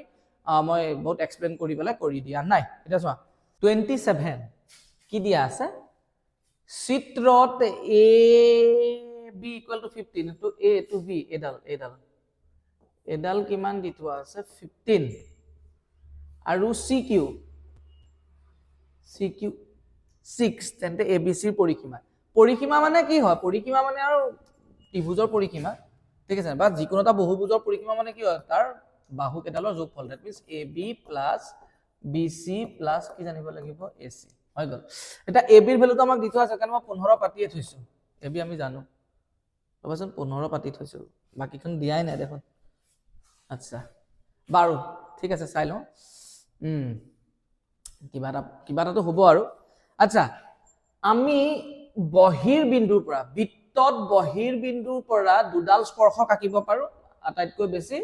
আৰু সেই দুইডালৰ লেন্থটো সমান হয় গতিকে এটো সি পৰা কিউলে যিমান হ'ব সি পৰা আৰ লেও কিমানেই হ'ব এতিয়া আমাক এ ৰ পৰা এপি সিপি কিউসি একোৱে দিয়া নাই আচ্ছা এটা বস্তু হা চোৱা এ পৰা আৰ লে ডিসটেন্স তো আমি জানো নেকি নাজানো তো আমি ধৰি ললো এ পৰা আৰ লে ধৰি ললো কি বুলি x distance from a to r is what x এটা এউটো এটা বহিৰ বিন্দু ঠিক আছে না গতিকে a পৰা r লে যদি x হয় তো a পৰা p লেও কিমান হৈ যাব x হ'ব ঠিক আছে না তো a পৰা p লে সো এই গুটেইখিনি 15 ইয়াৰ পৰা ইয়ালে কিনি 15 a কোণৰ পৰা কিনিলে 15 আৰু a কোণৰ পৰা কিনিলে x এটা মোক x কোণ নালাগে মানে কাৰ পৰা নালাগে 15 ৰ পৰা x কোণ নালাগে গতিকে pq মানে কিমান হ'ব সো এখিনি পাই এখিনিলে কিমান আছিল টোটাল 15 এখিনি পাই এখিনি নালাগে ঠিক আছে মানে ৰেড কৰি দেখাই দিছো টোটালটো তো 15 আছিল এই ৰেড কোণ নালাগে ৰেড কোণ মানে কিমান ধৰি ললো মই কিমান গম পালো x তো x কোণ নালাগে 15 পাই x কোণ নালাগে গতিকে মেথছত যদি নালাগে এটো কি হৈ যাব মাইনাস তো 15 মাইনাস কি হৈ গল x এটা q পৰা p লে যদি 15 মাইনাস x হয় এটো q পৰা a পইণ্টলে এটো মলও কি যাব 15 মাইনাস কি হৈ যাব x বুজি পালা ন তো এই 15 টো কাম দি দিব এতিয়া তুমি গুটে বাহু কেডালৰ যোগ কৰা তো এডাল বাহু এই গুটে বাহুডাল মানে কি যাব 6 x এডাল বাহু 15 - x + 6 হল আহি আছে না ওকে নেক্সট প্লাস এডাল বাহু মানে একন হৈ গল 15 - গুটেডাল 15 বুলি লিখি দিলে হ'ব 15 এডাল বাহু মানে কি গল 15 এতিয়া প্লাস x মাইনাস x কি গল ক্যান্সেল থাকি গল কি 15 + 15 কিমান হৈ গল 30 6 + 6 কি হৈ গল 12 কিমান হৈ গল 42 তো आंसर কোনটো হৈ যাব ডি ত্রিভুজ এবিসি সদৃশ হোৱাকৈ এডিই অঙ্কন কৰা হৈছে অঙ্কনটো কোনটো কৰিছো এডি তো সৰু ন সৰু তাকিছো এবিসি তো স্কেল ফ্যাক্টৰ 3/4 হ'ব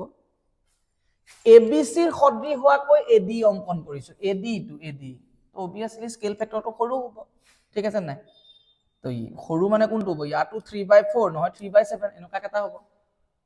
কাৰণ বাকি তো ইম্প্ৰপাৰ ফ্ৰেকশন আছে 7/3 4/3 ডাঙৰ হ'ব লাগিব এটা তুমি সব পয়েন্ট কোড লগাইছে এ বি সি বি আৰু লাষ্টৰ পয়েন্টটো 4 কানেক্ট কৰি আছে আৰু প্যাৰালাল ডাল ইয়াত আছে 3 থাকিছে দ্যাট মিন্স কোনটো হ'ব आंसर 3/4 এডি অঙ্কন কৰিছো ন মই এডিই ওকে ঠিক আছে নেক্সট 24 আৰু 7 সেন্টিমিটাৰ ব্যাসাৰ্ধ যুক্ত দুটা বৃত্তৰ কালিৰ যোগফলৰ সমান কালি যুক্ত এটা বৃত্তৰ এটো 24 টু ব্যাসাৰ্ধ তো গতিকে কালিটো কি যাব পাই 24 স্কয়াৰ এটো 7 সেন্টিমিটাৰ টু ব্যাসাৰ্ধ কি যাব পাই 7 স্কয়াৰ তো ইহতৰ কালি দুটা যোগ কৰিলে কি যাব বেলেগ এটা বৃত্ত পাম পাই r স্কয়াৰ এটা পাইটো যদি মই কমন 24 স্কয়াৰ মানে কি যাব 576 পাইটো কমন ললো 7 স্কয়াৰ মানে কি যাব 49 the pi r square pi cancel so r square equal to 576 plus 49 that means কি যাব 625 that means r equal to 25 এটা আমা কি কৰি যাব ব্যাসাৰ্ধ না ব্যাস 25 ৰ দুগুণ কি যাব 50 आंसर কোনটো যাব 6 okay question number 30 কি দি আছে r ব্যাসাৰ্ধ যুক্ত বৃত্তৰ এটা চাপ এটাই কেন্দ্ৰত 90 ডিগ্ৰী কোণ কৰে অনুৰূপ বৃত্ত খণ্ডটোৰ কালি উলিয়াব লাগে তো কালি উলিয়াবলৈ হলে থিতা মানে 90/360 into pi r square minus half r square sin theta that means sin 90 এটো ক্যান্সেল হলে 1/4 pi r square half r square sin 90 90 মানে 1 হল তো দ্যাট মিন্স মই যদি r স্কয়ার টু কমন লৈ লম কি থাকি যাব 1/4 পাই minus 1/2 মানে pi by 4 minus 1/2 r square option A is correct okay ঠিক আছে 14 মিটাৰ দৈৰ্ঘ্যৰ ৰছী এডালে এটা গৰুক 20 মিটাৰ আৰু 16 মিটাৰ ধৰি ললে তো 20 মিটাৰ আৰু এটো হৈ গল 16 মিটাৰ জোখৰ আয়ত আকাৰ পথাৰ এখনৰ এটা চুকত বান্ধি থোৱা আছে গৰুটা ছবিৰ পৰা ঠাইৰ পৰিমাণ তো কিমান 14 মিটাৰ ন তো এনেকে যাব এটো 14 মিটাৰ মানে এনেকে যাব ইমান কি লাগে এটো তো এই এৰিয়াটো ঠিক আছে না এটো কিমান লাগে গল এডাল কিমান হৈ গল 14 এটা যেটো 14 হৈ গল আৰু এই কোনটো কি হৈ গল 90 হৈ যাব ন so 90/360 into pi means 22/7 into radius square এটো radius to 14 হ'ব তো 14 into 14 7 or এটো কিমান বাৰ যাব 2 90 ৰে 360 কাটিলে কিমান হ'ব 4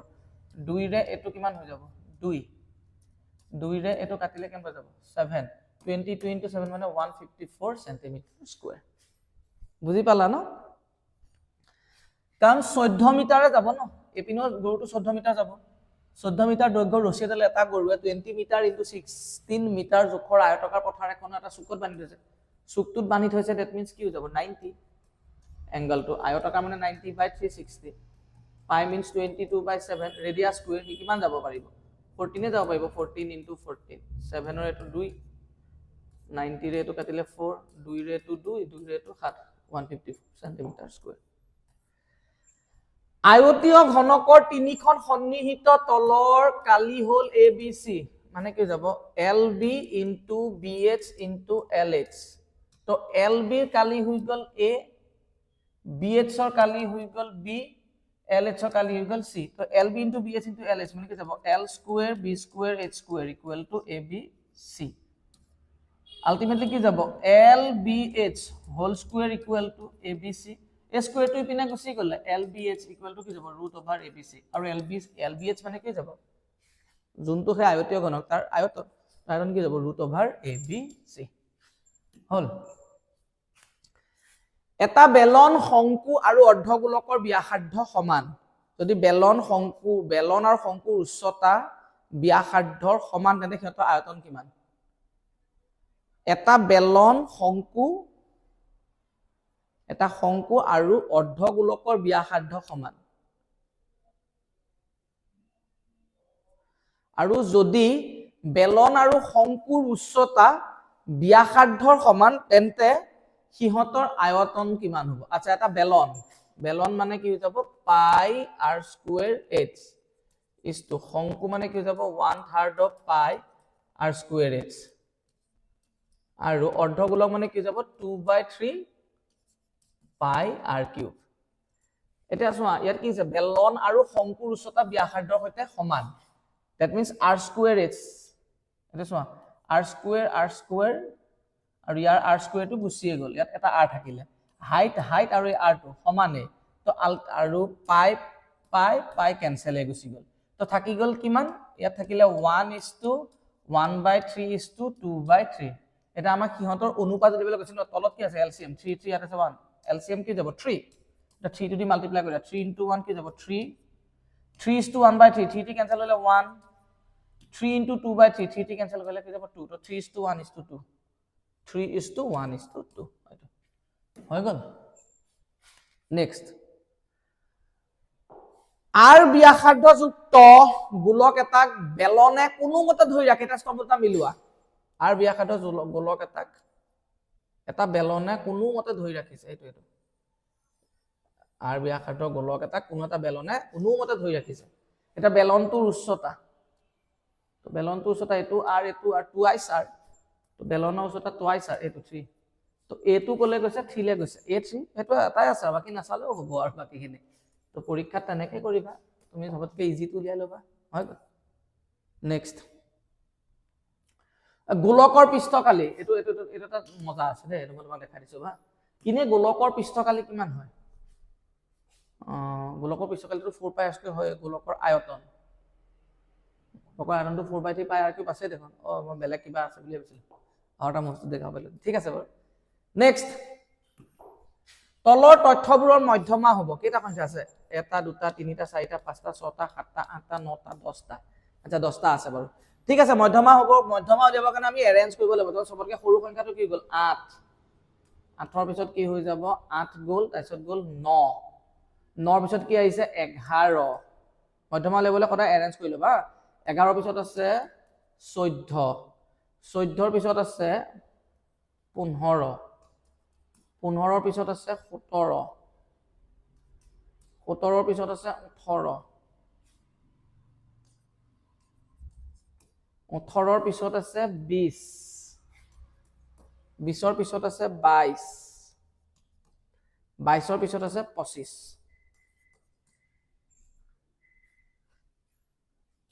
8 9 11 8 9 11 14 15 17 18 20 22 25 কেইটা সংখ্যা 1 2 3 4 5 6 7 8 9 10 এটা n টো কি হৈ গ'ল ইভেন মানে যুগ্ম সংখ্যা এটা কি যাব n/2 তম পদ প্লাস n/2 প্লাস 1 তম পদ ডিভাইডেড বাই 2 n মানে কি হৈ গ'ল n ৰ ভ্যালুটো কি যাব 2 10 10/2 মানে 6 তম সরি 10/2 মানে 5 প্লাস n/2 5 6 তম ডিভাইডেড বাই 2 তো 5 তম পদত কি আছে 1 2 3 4 5 কি আছে 15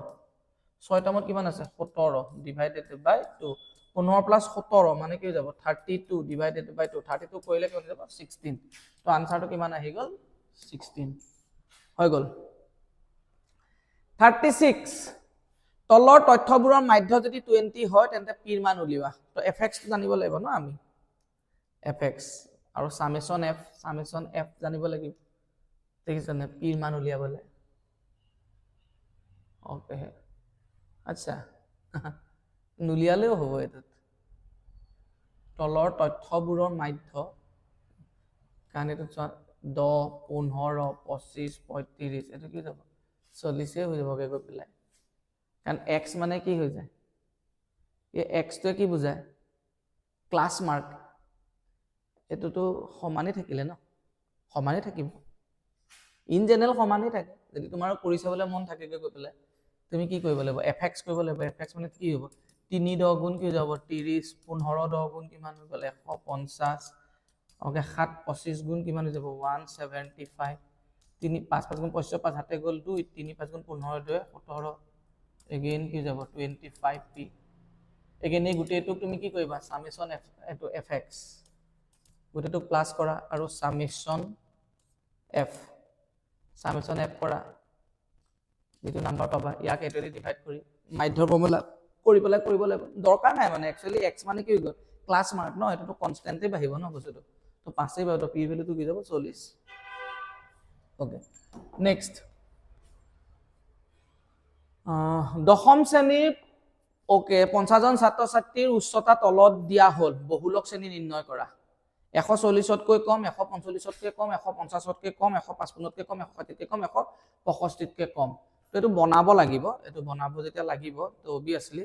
তো 140 তকৈ কম 140 তকৈ কম মানে মই কি লিখিম 135 টু 140 এটা চোৱা এটো ইয়াতো 140 লৈকে একচুয়ালি নাই ঠিক আছে নাই আৰু 145 তকৈ কম মানে 140 ৰ পৰা 145 আৰু 150 তকৈ কম মানে 145 ৰ পৰা 150 আৰু 155 তকৈ কম মানে 150 ৰ পৰা 155 160 তকৈ কম মানে 155 ৰ পৰা 160 আৰু এটো কি যাব 160 ৰ পৰা 165 আৰু আমাক বহুলক শ্ৰেণী উলিয়াবলৈ কৈছে ন তো বহুলক শ্ৰেণী চোৱা এটো এনেকা যেটা আমাৰ লেস দেন টাইপত থাকিব আমি কি কৰিব লাগে মাইনাস কৰি যাব লাগে তো 4 আছে ইয়াৰ কাৰণে কি যাব 11 পৰা 4 গুচি গ'ল কি যাব 7 29 ৰ পৰা আমি 11 টো মাইনাস কৰি দিম কিমান থাকি যাব 18 9 গ'ল থাকি 40 ৰ পৰা 29 মাইনাস কৰি দিলো কিমান হৈ গ'ল 11 ঠিক আছে 46 ৰ পৰা 4 মাইনাস কৰি দিলো কি হৈ গ'ল 6 আৰু এটো কৰি দিলো আমি কি হৈ গ'ল 4 ঠিক আছে না এটা আটাতকৈ ডাঙৰটো কোনটো আছে এটো চা 135 পৰা এটো 4 আছে এটোত আছে 11 এটোত আছে এটো ডাঙৰ 18 তো 145 টু 150 বহুলক শ্ৰেণী মানে যোনটো ডাঙৰ ফ্ৰিকুৱেন্সি মানে তো ফ্ৰিকুৱেন্সি এটো ডাঙৰ সদায় মনত ৰাখিবা এনেকা মাইনাস কৰি উলিয়াই ল'ব মানে ঠিক আছে আৰু এটো মই বনালো চোৱা 140 145 150 155 160 165 ডিফাৰেন্সটো কিমান আছিলে 5 5 ন এখানে 135 পৰা 140 আকৌ 140 পৰা 145 145 পৰা 150 150 পৰা 155 155 পৰা 160 160 পৰা 165 তো তাত প্ৰথম যোনটো আছে সেইটো কাৰণে এটোৱে লিখি দিলা 4 এটোতো বাৰাং বাৰ্তা নহয় ন একচুয়ালি এটো কুমুলেটিভ হৈ আছে সিএফ কিউমুলেটিভ ফ্ৰিকোয়েন্সি হৈ আছে ঠিক আছে না নাই তো গতিকে সংযুক্ত হৈ আছে মানে সঞ্চয়ী বাৰাং বাৰ্তা হৈ আছে গতিকে বাৰাং বাৰ্তা উলিয়াবৰ কাৰণে তুমি 4 টো মাইনাস কৰিব লাগিব কাৰণ 145 তকৈ কম বুলি কওঁতে 140 কিনোটো সোমাই আছিল ন কিন্তু এতিয়া আমি ঘৰটো বনাইতে 140 পৰা 145 এখিনি নাই ন ইনে 145 তকৈ কম মানে গুটেখিনি আছিল এই 4 টো আছিল কাৰণ এটো ইয়াত ই কি বুজা আছিল 140 তকৈ কম মানে আলটিমেটলি 145 তকৈ কম আছিল গতিকে 4 টো মাইনাস কৰি দিব লাগিব ন 11 পৰা 4 মাইনাস কৰি দিলো 7 মানে এটো হাউসৰ কাৰণে 7 আকৌ 150 তকৈ কম মানে 145 কিনোটো আহি যাব 11 টাটো তো 29 পৰা 11 গুচি গল 18 এটো কাৰণে এটো 18 ঠিক আছে তেনেকে 155 তকৈ কম তো গতিকে এটো গল 155 তকৈ কম 40 জন আছিল ঠিক আছে না নাই কিন্তু 150 ৰ পৰা 155 ৰ ভিতৰত এই হাউসটোত কিমান জন আছিল এইখিনিটোতে 150 তকৈ কম 155 তকৈ কম 40 জন তাৰে আকৌ হে 40 জনৰ ভিতৰত 150 তকৈ কম আছিল 29 জন গতিকে 150 পৰা 155 ৰ ভিতৰত কিমান জন আছিল 11 জন কেনেকৈ গম পাম 40 পৰা 29 মাইনাস কৰি দিলে এনেকৈ কৰি দিলা তো হাইয়েস্ট নাম্বাৰটো হৈ গল 18 কিহত আছে বহুলক শ্ৰেণী লেভেল 145 টু 150 ঠিক আছে নেক্সট এটা পৰীক্ষাত এটা লৰাৰ উত্তীৰ্ণ হোৱাৰ সম্ভাৱিতা x/24 প্লাস উত্তীৰ্ণ নোহোৱাৰ 7/8 ইকুৱেল টু কি যাব 1 হোৱা প্লাস নোহোৱা ঠিক আছে 24 আৰু 8 যদি এলসিএম লওঁ 24 এটো 24 1 কৰিলে 24 ডিভাইড 24 1 1 into x 24 ক 8 দি কৰিলে 3 3 7 গুণ কি যাব 21 ইকুৱেল টু 1 তো x plus 21 24 into 1 কি যাব 24 then x equal to 24 পৰা 1 গুছি গলে 3 the value of x is what কি যাব 3 so the value of x is what 3 ঠিক আছে ওকে ওকে ঠিক আছে তিনিটা মুদ্ৰা একেলগে উৎক্ষেপণ কৰিলে অতি কমেও দুটা মুণ্ড পোৱা আচ্ছা তিনিটা মুদ্ৰা যদি আমি কৰো কি হ'ব head head head head head টেল হেড টেল হেড টেল হেড হেড এনেকৈ কৰিবা হেড হেড লিখি ললো এটা টেল এটা প্লেছত সোমাই আহিছে আকৌ এটা চাবা টেল টেল লিখিলো এটা টেল টেল হেড টেল হেড টেল আৰু হেড টেল টেল টেল হেড টেল আছে হল এতিয়া অতি কমেও দুটা মুণ্ড অতি কমেও মানে এটো এটা আছে দুটা তিনিটা চাৰিটা তো 4/8 4/8 মানে কি যাব 1/2 অতি কমেও দুটা মুণ্ড হল তো 1/2 অপশন কোনটো হৈ যাব নেক্সট এটো 14 নম্বৰ হয় আৰু আনসাৰটো 14 নম্বৰ হয় এটা 400টা কণী পা মানে বহুত বাৰ কৰিছে মেথছটো 400টা কণীৰ পৰা এটা বেয়া কণী ওকে বাছনি কৰা সম্ভাৱিতা 0.35 বেয়া কণীৰ সংখ্যাটো মই যদি x ধৰো তো x/400 কৰোতে কিমান হৈ গল 0.35 then x equal to কি হৈ গল মাল্টিপ্লাই হ'ব ন 0.035 into 400 to গুছি গলে 4 into কি হৈ যাব 100 হৈ গল then দুটা ঘৰ হৈ গল দুটা 0 আছে মানে দুটা ঘৰ পিনে আহি যাব 3.5 into কি হৈ গল 4 নাও 4 5 গুণ 20 ৰ শূন্য হাতে গল 2 4 3 গুণ 12 2 14 এটা পইণ্টৰ পিছতো না যায় আলটিমেটলি কিমান হৈ গল 14 এটা কৰি দিবলৈ মন নাই আৰু ওকে এটো আৰু বহুত বাৰ পিস প্ৰপোৰ্শনেল কিউব p যদি 6 হয় q 30 আছে মানে 6 5 গুণ 30 5 গুণ কা বাই আছে তো p 2 হলে q কি হৈ যাব 10 ভেৰি কমন কোৱেশ্চনছ 42 কি দি আছে পূৰ্ণ ঘন পাবলে 18000 ৰ লগত পূৰণ কৰিবলগা নিম্নতম সংখ্যা আচ্ছা ঠিক আছে 18000 ৰ লগত আমি হৰণ কৰি চাও 2 ৰে 9000 2 ৰে হৰণ কৰিলে 4500 2 ৰে হৰণ কৰিলে হৰণ কৰি থকা নাই আৰু 2250 2 2 4 3 ৰে 3 7 গুণ 21 750 3 ৰে কৰিলে 3 দুগুণ 6 250 আৰু 5 ৰে কৰিলে 50 5ৰে কৰিলে 10 5ৰে কৰিলে 2 গতিকে 2টো পূৰ্ণঘন হলে তিনিটা সংখ্যা হ'ব লাগিব 2টো ঠিক আছে বাৰু মিলি আছে আৰু 5ও চোৱা তিনিটা আছে তো 5ও মিলি আছে এটা 3 দুটা আছে মানে এটা 3 লাগিব এটা 3 লাগিব তেতিয়া 3 তিনিটা হলে আকৌ 2 এটা থাকি গ'ল দ্যাট মিন্স আকৌ আৰু মানে এনেকে 2 মিলিব লাগিব ন তো আৰু কেইটা 2 লাগিব এক্সট্ৰা দুটা ঠিক আছে না নাই তো তেতিয়া 2 মিলি যাব তো আলটিমেটলি 2 আৰু কেইটা লাগিব দুটা তো 2 গুণ 4 4 3 গুণ 12 यस কাৰেক্ট আনসাৰ ঠিকে উলিয়াইছে নেক্সট 43 যদি গসাউ 2520,6600 40 and LCM 25206 ইমান ইকুয়াল টু 252 ইনটু k তেন্তে k মান কিমান আচ্ছা যিয়ে যি নহওক এটো মেচ কৰি দিব মন নাই আৰু তো আমি জানোৱে কাৰণ গসাউ পূৰণ লসাগু কিমান 252 ইনটু কি হৈ যাব k এটো হৈ গল লসাগু এটো হৈ গল গসাউ তো লসাগু পূৰণ গসাউ ইজ এক্স্যাক্টলি ইকুয়াল টু সংখ্যা দুটাৰ পূৰণ ফল এটা কিন্তু 0 আছে এটো 0 ক্যান্সেল কৰি দিব পাৰিম ঠিক আছে আৰু এটো 252 আছে তো এই 252 আমি ওপৰৰ পৰা কি কৰি দিলো ক্যান্সেল কৰি দিলো ঠিক আছে নেক্সট ইয়াত 2 ৰে দুবাৰ ইয়াত 2 ৰে 3 3 6 2 ৰে 3 বাৰ 6 2 ৰে 3 বাৰ 0 0 আৰু 2 ৰে ইয়াক কাটি দিলে 32 এগলে 5650 1650 yes answer হৈ গল নেক্সট ADE আৰু ACB সিমিলাৰ এটো ADB আৰু ACB টু সিমিলার ওকে মানে D কোনটো কাল লগত ইকুয়াল C লগত ইকুয়াল তো ECB C মানে হৈ গল 65 এটো যদি 65 হয় এটো কিমান হৈ যাব 65 এটো 65 হৈ যাব তেন্তে 100 মান উলিয়াব কৈছে ন চাই লোৱা D টু কাল লগত ইকুয়াল C লগত C এংগলটো লগত 65 আৰু এটো যেতিয়া 105 হৈ গল এটো কিমান হৈ যাব 75 হ'ব কাৰণ দুইটা লিনিয়াৰ পেয়াৰ হ'ব ন এটো ৰৈখিক জোড় হৈ যাব তো এটা 75 এটা 65 পাছে পাছে 10 শূন্য হাতে গলে 27 13 14 140 এটা এটো যদি ত্ৰিভুজ হয় এই দুইটা মিলি 140 তো x ৰ ভ্যালু কিমান হ'ব লাগিব 40 তেতিয়াহে ত্ৰিভুজৰ তিনিটা কোণৰ সমষ্টি 180 ডিগ্ৰী হ'ব অলপ শৰ্ট হেৰিকে কৈ দিছো আৰু ঠিক আছে নেক্সট O কেন্দ্ৰীয় বৃত্ত এটাৰ P বিন্দুত PQ এডাল স্পৰ্শক OPQ সমদ্বিবাহু ত্ৰিভুজ তেন্তে QOP ৰ মান উলিয়াব লাগে ওকে O কেন্দ্ৰীয় বৃত্ত এটাৰ P বিন্দুত PQ এডাল স্পৰ্শক আৰু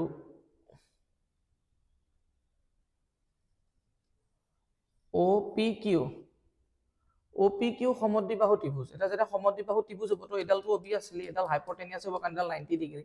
তো এডাল আৰু এডাল ইকুয়াল হ'ব তেন্তে QOP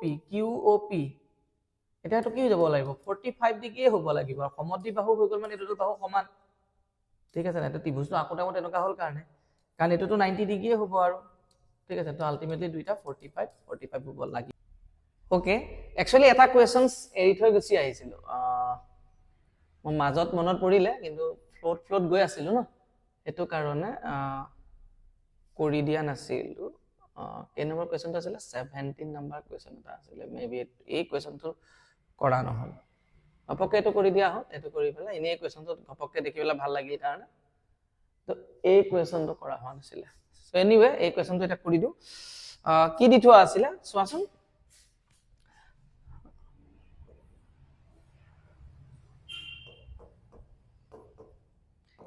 ABC ত্ৰিভুজৰ BC ডাল কাৰ লগত প্যাৰেলাল বুলি কৈছে XY আৰু আচ্ছা এটো BC যদি XY লগত প্যাৰেলাল আচ্ছা তুমি চোৱা BX equal to 3/7 AB তো আলটিমেটলি BX